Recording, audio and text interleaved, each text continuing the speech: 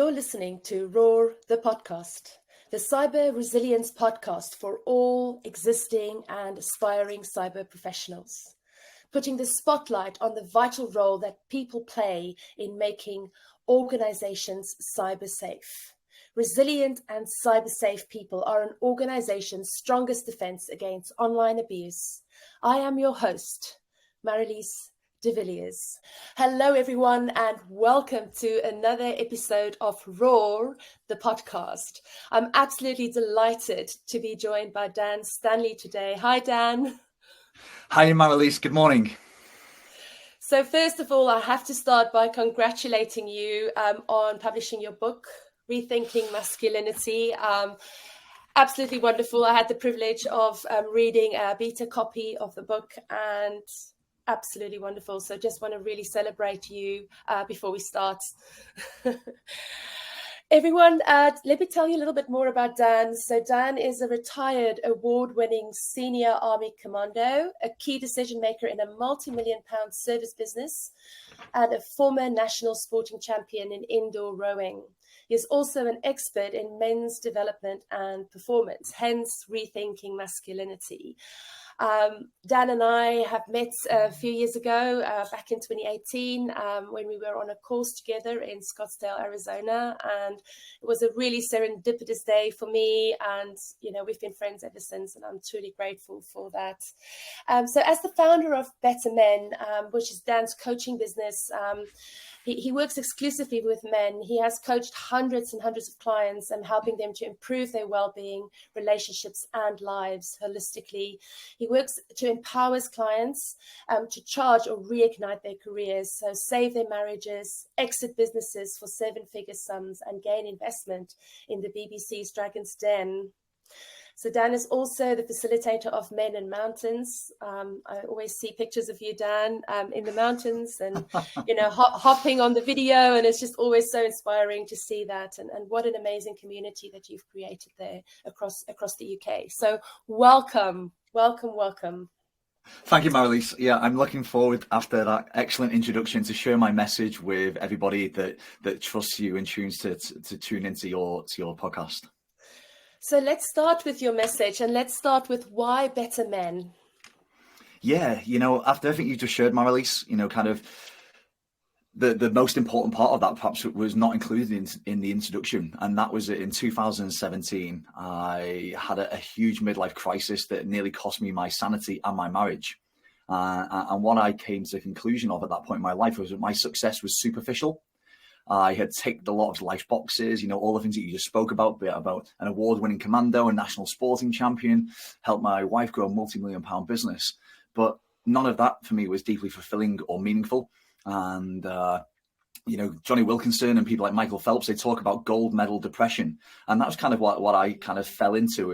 You know, it didn't happen overnight. I kind of, for a period of time in my life, ignored how I felt and just tried to work harder, to do more, to achieve bigger and better. And eventually I realized through my own adversity that actually it was never going to work. And perhaps it was a case of kind of what got me here was never going to get me there in my life. And yeah, you know, because of perhaps of the constructs of masculinity and the way that perhaps we're taught through gender conditioning to kind of be strong, silent and successful, I kind of felt trapped between the rock and a hard place, between that conditioning that I'd received as a young boy and an adolescent man and the fragility of my own mindset. And it really was a midlife crisis, but the adversity woke me up to the realization that I needed to change trajectory. And yeah, you know, kind of when we met in 2018, I was in a real transitional stage of my life. I kind of decided that it was okay to let go of who I'd been in those previous chapters, but wasn't yet sure about who I wanted to become.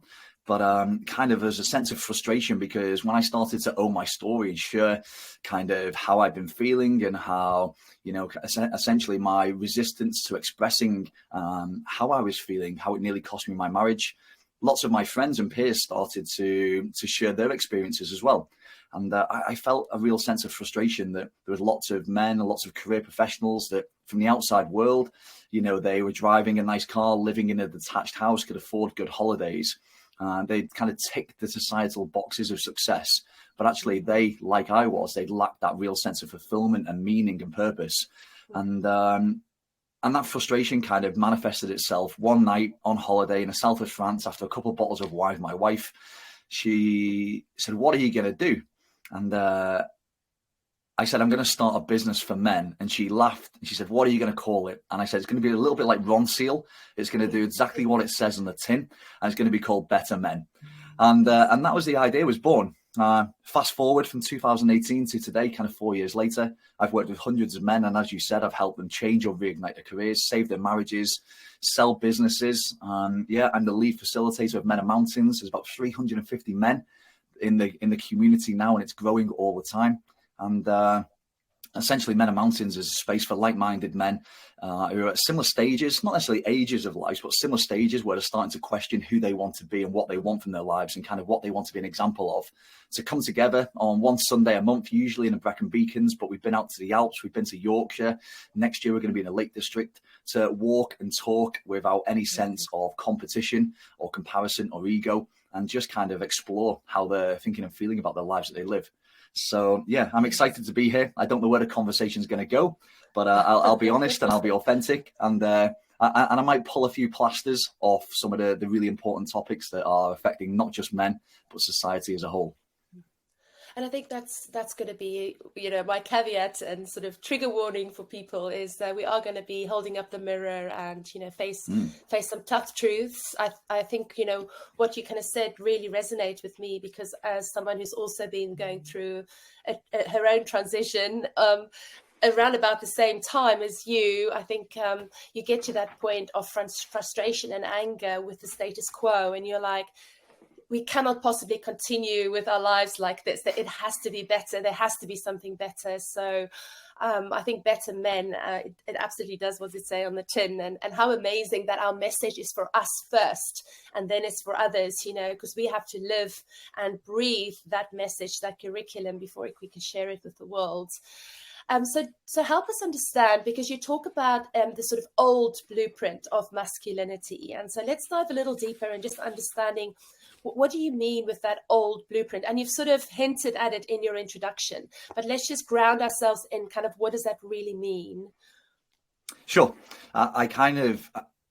What I feel I've done in my book is connected all the dots that are around us all the time, and what I mean by that is, if we go back just, 100 years perhaps, and look at the effects of the Great Wars on men and society as a whole, those men that went to war before PTSD was recognized, it was called shell shock. And these men were coming home from the Great Wars, having, experienced the horrendous conditions in the trenches. And they came back, from what my understanding is, that they came back from the wars back into a society that had kind of moved on and wanted to move on quickly. These men were kind of essentially damaged dads. They weren't able to express what they'd experienced, and they just wanted to kind of forget it and move on. And kind of what happened was they gave birth to the baby boomers, who kind of were in this space where they didn't just want this kind of frugal, humble lifestyle. They didn't necessarily connect with the war because it wasn't really discussed. And they kind of attached their self-worth to their work. And what happened was that the dads kind of wanted this frugal, humble lifestyle whilst being emotionally repressed and shut down. The baby boomers kind of wanted to be aspirational and push on in their careers and kind of have this kind of life where, there's a real priority around possessions and societal success symbols. And the disconnect kind of started to happen there.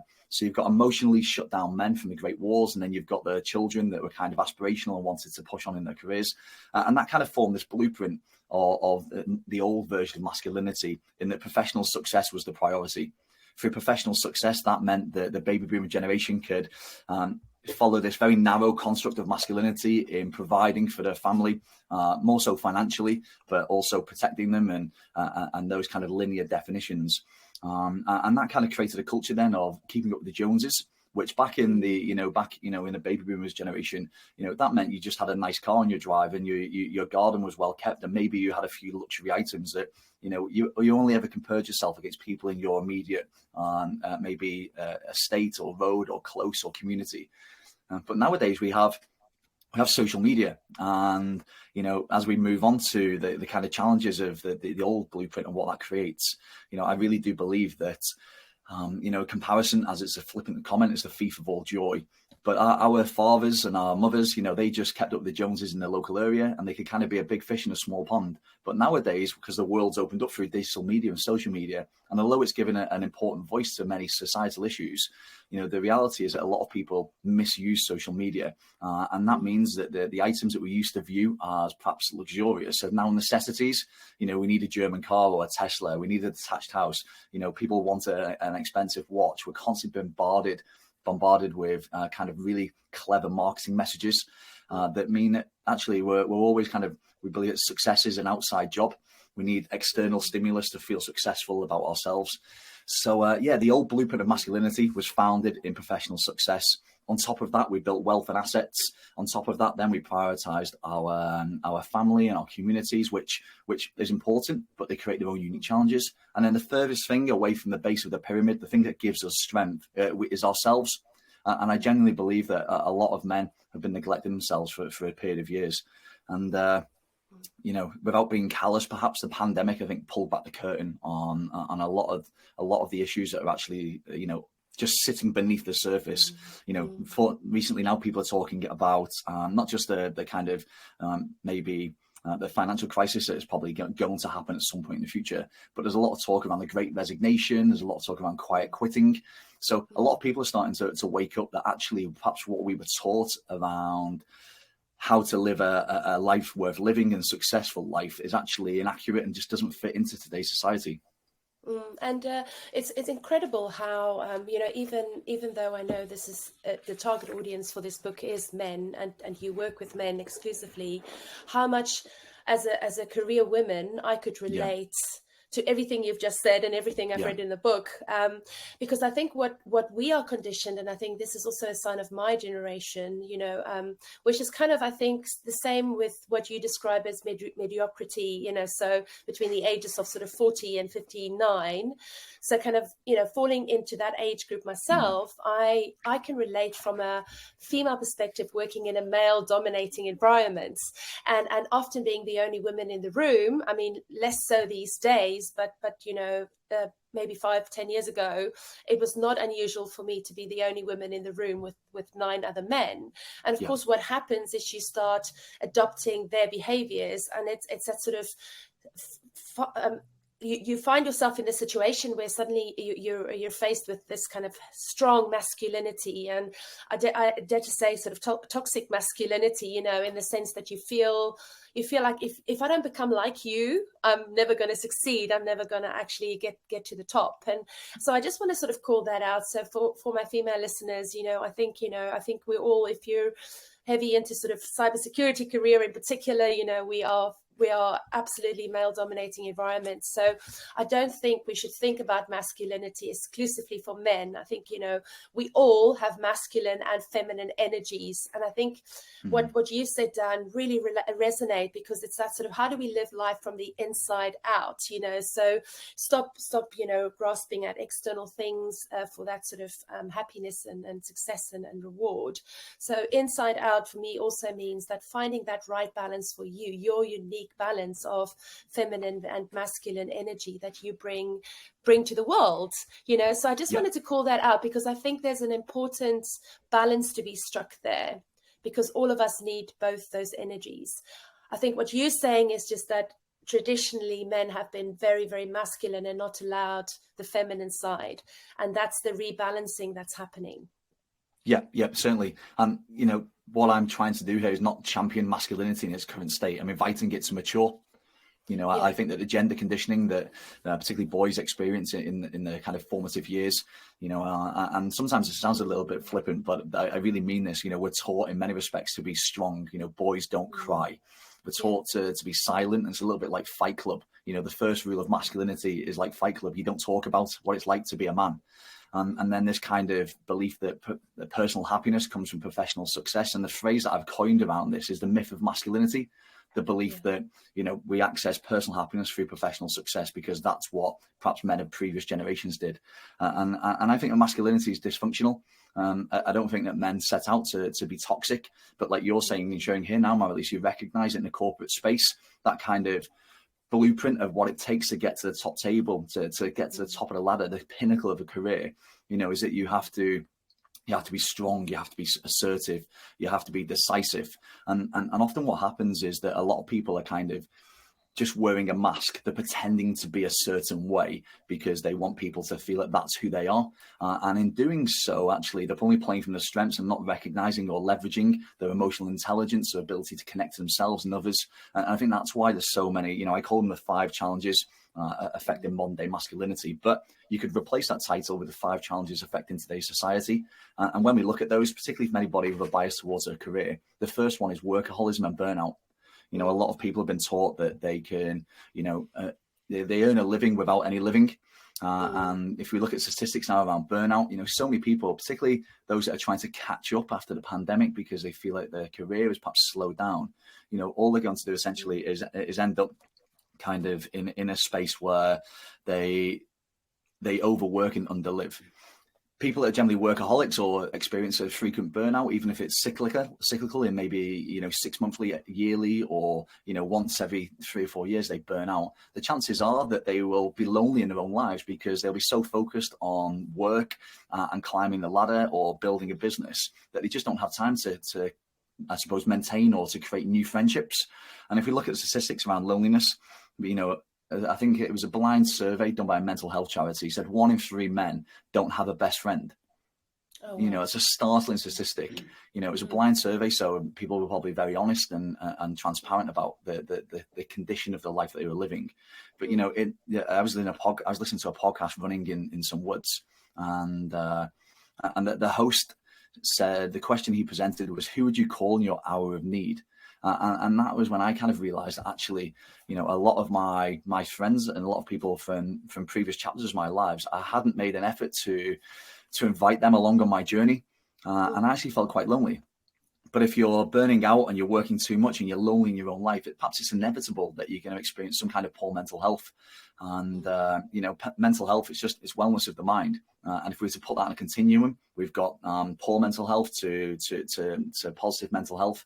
And kind of sometimes people don't understand that unless there's a biological or neurological or some kind of traumatic experience, a lot of modern day poor mental health stems from people living lives that they just don't enjoy.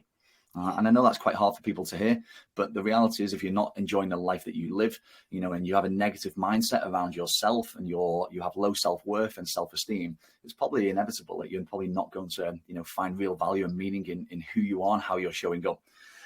After that comes midlife crisis. You know, particularly for men, there's almost a transitional stage, and I think women experience it as well. Maybe particularly if they're mothers and they've had children, you know, there's like this first half of your life, you've now stepped away from that. It's a transitional stage. And unless you can attach yourself to who you want to be in the future, it's very easy to get lost. Both for men and women, if you don't communicate particularly how you're feeling about yourself, but your behaviors change, and that's noticed by your loved ones, you know, it could end up in divorce or separation of relationships. So, you know, to be really clear, I think the 5 challenges affecting both men and society are workaholism and burnout, loneliness, poor mental health, midlife crisis, and divorce. Amazing, thank you. That's so helpful, and it's so important to raise awareness of, especially the talking about your feelings, because I think, you know, that for me is I'm still constantly in conversations with leaders in corporate environments where the men particularly will acknowledge that they're not comfortable to talk about their mental health. And when people open up, it's really, there's such a stigma attached to when I show that I'm weak, you know, I'm not going to be able to get the promotion opportunities. People are going to look at me differently. Yeah. It's all those little stigmas that are attached to it. So, yeah. And you know that my brand Roar is all about having the courageous conversation, you know, with yourself and with others, and it's sort of facing that conversation. And as part of facing that courageous conversation, you've also got to be vulnerable.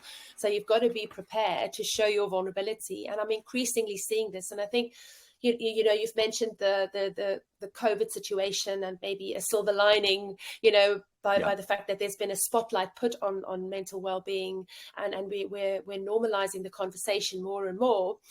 But I think it's still, there is still so much that we have to do, and showing that vulnerability is so important. So the leaders, I have seen the leaders during COVID that have shown vulnerability with the really strong ones who were able to pull their teams through and to carry through very, very tough times. Yeah.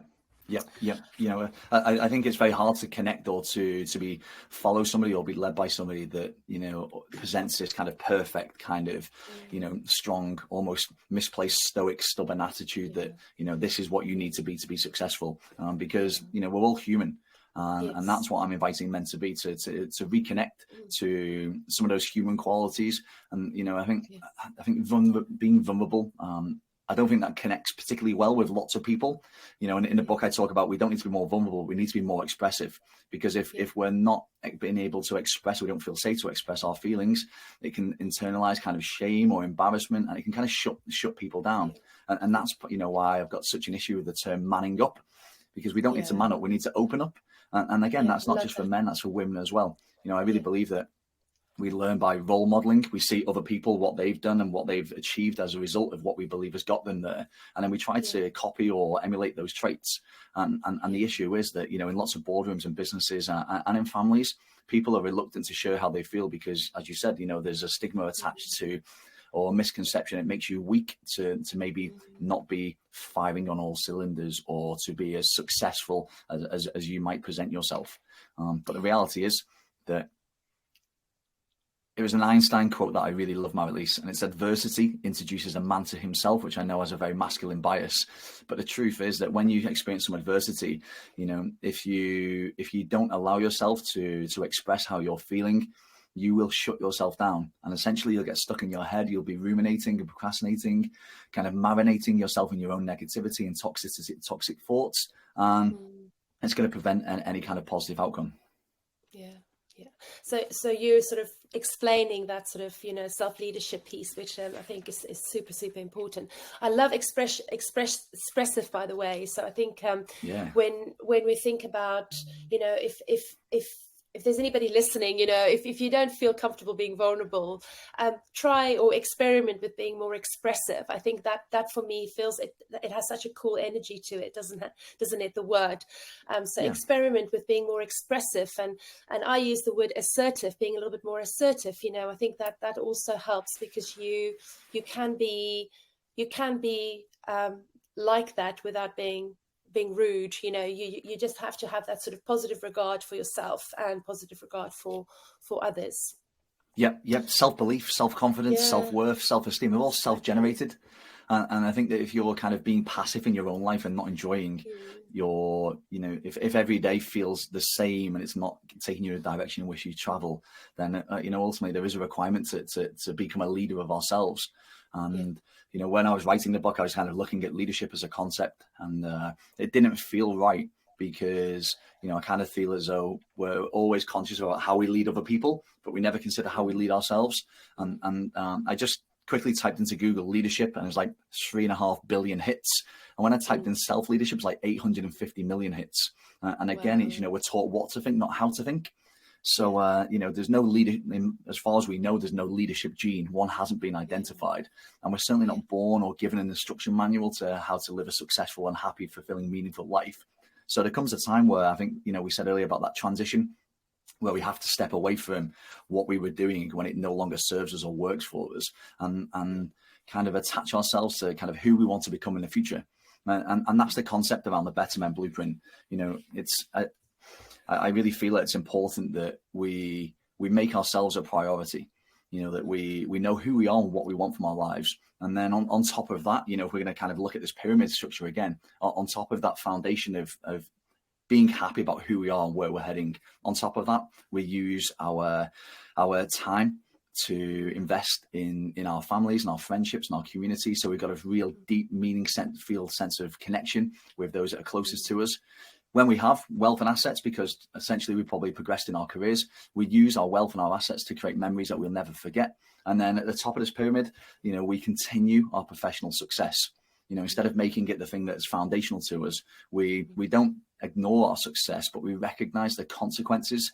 And for lots of people, they don't understand that, everything comes at a cost. It's very quickly forgotten that because you have the things that society have told us signify success, that actually they all come at a cost. If perhaps you aren't able to have breakfast with your family, perhaps you don't take a lunch break, perhaps you don't spend any quality time with your loved ones or your partner, you don't see your friends, you've got to recognize it. There's a reason for living life in that way.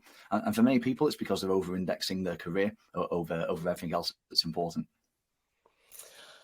Me too. I can so relate with everything you're saying, because we have, like, I remember the times when the boys were young where I would think twice before sitting on the carpet and playing Lego with them versus doing another hour of work. And I did say to a friend the other day, she's just having had her second child, I did say to her, make sure that you deprioritize the work stuff and you prioritize family and your well-being, because at the end of the day that is foundational, and but it requires a real switch, a real flip of perspective for many career people, many sort of very high performing people. I think that's the sort of nub of it.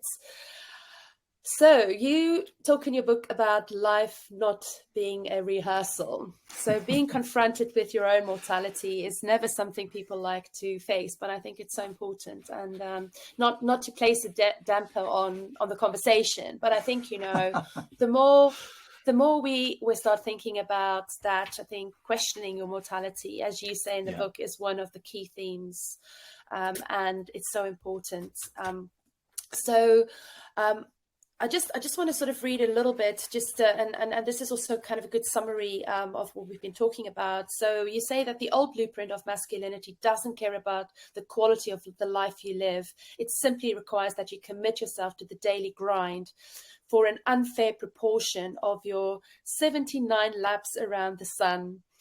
Your mortality isn't a big consideration for a system that ships you off to an unsatisfying retirement with a high risk of dying soon afterwards, and the sadly all too common regret that you should have worked less and played more.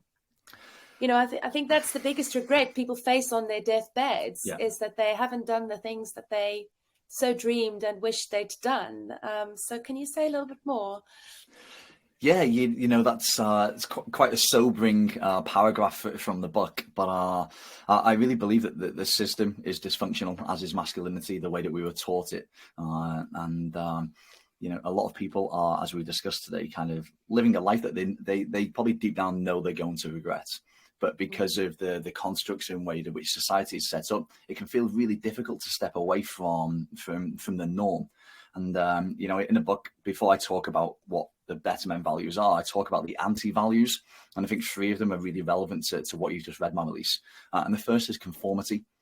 Because everyone else is doing it, we feel like that's the path that we had to follow. The next is complacency. Because we become complacent that kind of, well, this has got to be the right message, so this is the path that I'm going to follow. And comfort is another anti-value, because we get to a stage where we have lots of things that enable us to have a seemingly comfortable lifestyle. We then put ourselves out to pasture and don't consider what we might want in our future. And the reality is that lots of people feel shackled when actually they're just salaried. They feel shackled to this way of living when actually, for now, through flexible working from home, kind of, there's lots of other avenues that people can explore. But first of all, they need to express to themselves and to others that maybe they're not enjoying the lives that they're living. And that will then give them opportunities to open different doors or go down different paths. But I think, questioning our own mortality is important, and the number you mentioned then, 79, that's the average life expectancy of a UK male, 79 laps around the sun. And if we're working hard and sacrificing and experiencing high levels of stress and struggle for a large percentage of those years, say we enter from academia, perhaps at university, all the way through to retirement, there's 4 decades at least there where people are in a high stress environment. And, I think questioning our mortality is one that can put things back into context. We treat life as if it's a task with no end, when actually we all know the destination. And when we leave the world in which we live, in my opinion, we leave with two things: memories and regrets. And, Bonnie Ware, she's done a fantastic job. For those that are listening, are familiar with the top 5 regrets of dying. It really is quite a sobering read. For those that aren't familiar with it, essentially, Bonnie Ware was an Australian palliative care nurse that interviewed close to 1,000 people that were in palliative care that had no reason to perhaps exaggerate their life or to have kind of some egoic intervention. And she put together the top 5 regrets of all those people she interviewed. And they essentially all focused around wishing people had let themselves be happier, wishing that they'd had the courage to be themselves, wishing that they'd stayed in touch with friends. And perhaps the one that's most important here is a wish that they hadn't worked so hard. And that's why chapter 8 of 9 is that life isn't a rehearsal, because having read the book, which is very accessible, I think enables people to recognize that there's a choice to be made. And, that choice is around how you live your life now and what you'll be an example of, when you get to a point where perhaps your best or your years where you could make a trajectory change are behind. And, there's a question that I ask my clients, whether they're one-to-one or in a course, and we talk about the top 5 regrets of dying. And the question is this: if you were to die tomorrow, what would your regrets be? If you were to die tomorrow, what would your regrets be? And, for many people, that really shines a light on actually how they're living and how they're showing up. And through that, my intention is to facilitate the space for them to really live life with a deliberate sense of purpose. And for me, that's what being a better man is, that you have high levels of self-awareness, you know who you are and what you want, you live with a real sense of deliberate purpose, and you will kind of get to a stage where you can be proud of the life that you're living, and you know that you're enjoying who you are and how you're showing up. That's beautiful. So I absolutely love the question that you've just presented to our listeners, and I always say that the quality of our life is determined by the quality of the questions that we ask ourselves. So I was going to ask you to, leave us with some final thoughts. And I thought perhaps, given that, we're both coaches and we ask people lots of good questions, perhaps we can think about what would be the 1 or 2 questions you would encourage our listeners to go away and ask themselves. But honestly ask themselves, this is about the tough truth, as we said right in the beginning. This is about holding that mirror up and really getting honest with ourselves.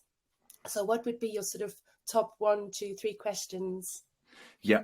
I really believe, Marlies, that there's a systemic failure in society. People, men and women of our generation, are kind of at this crossroads where we're kind of recognizing that what worked for other generations isn't working and serving us. And I think there's a need to turn around and lean into that, rather than trying to run away from it and to, hustle our way into happiness or buy our way out of unhappiness. I think there's a real need to recognize that, there's if we're not happy in our lives, then there's a responsibility to lead ourselves and to take action. And the first question would be the first question that I present in my book. And it would be to invite those that are listening to this to consider their life, to think about all the different chapters, the avenues, the responsibilities, perhaps the pressures that they feel and experience, and then to just choose 3 words which best describe their current life now. So choose 3 words which best describe your current experience of life, and look at those words, write them down, put them on paper, kind of look at them, and then ask yourself how they really make you feel. Because if they are not words that you would wish your loved ones to read or to experience themselves, then there's a very real need to take ownership and responsibility for living a life that you enjoy and one that you're proud of. The second question would probably be this: what do you want in your life? What do you want in your life? And write everything down that you want in your life. And the chances are that it won't be, a bigger bank balance. It won't be the corner office. It won't be a job title. It'll probably be related to health and well-being, to connection and to love and to meaning and purpose.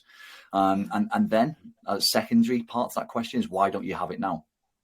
And that should be quite illuminating. Like, what do I want in my life? Write it all down. And the second part, why don't I have it now? And the third question, because you invited me to think so 1, 2, or 3 questions, kind of, like when you look back in your life, what do you want to be remembered for? What do you want to be remembered for? Love that. Love that. What do you want to be remembered for?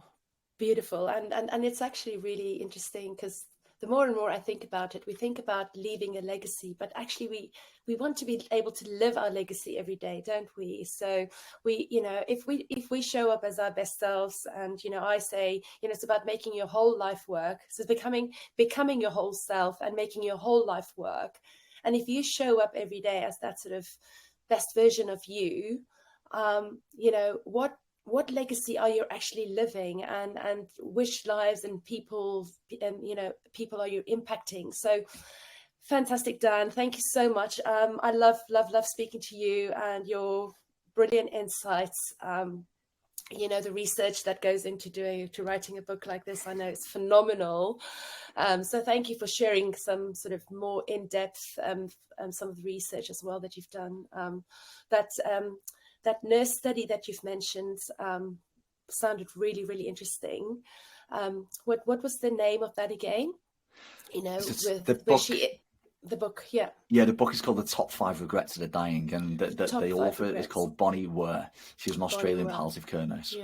Yeah, I love that. I'm definitely going to look into that a bit more. So everybody, please buy Dan's book. It's amazing. And as I say, it's for men and women. It gives you some wonderful, wonderful insights. And it's ultimately around how do you lead your best life every day. Dan, where can people find you? Where can they find the book? Yeah, the best place to connect with me would be on LinkedIn. If you just search Dan Stanley, I'll come up quite quickly in the search box. And if people want the book, actually the best place to get it from is my website. I naively, when I started to write the book, I didn't realize or understand the breakdown of the royalties. And Amazon takes 65% thereabouts of every book sale, and my publishers take the other 20%. And I really believe in the power of my message. So rather than spending $13.99 on Amazon, get it from my website. Just cover the postage; it's £3, and I'll post it out to you. So if you go to better-men.uk, that's better-men.uk, and look for Rethinking Masculinity tab on my website, you can pay £3 for the postage, and I'll get one shipped out. Dan, you are superb, stellar human being, and I appreciate and honor you so much. So thank you for joining me today. It was thank you, Marilise. Yeah, it's been a real honor, and I think I said at the start I was going to pull some plasters off some of those key societal issues, and I feel that's what we've both done here. I think we're all capable of living lives that we enjoy, but sometimes we just need to step away from the constructs of what society tells us success is and live our own definition. One of my favorite emerging phrases is actually becoming predictably unpredictable. So yeah, I'll leave us with that high note. Thank you. Bye. Thank you, Marilise.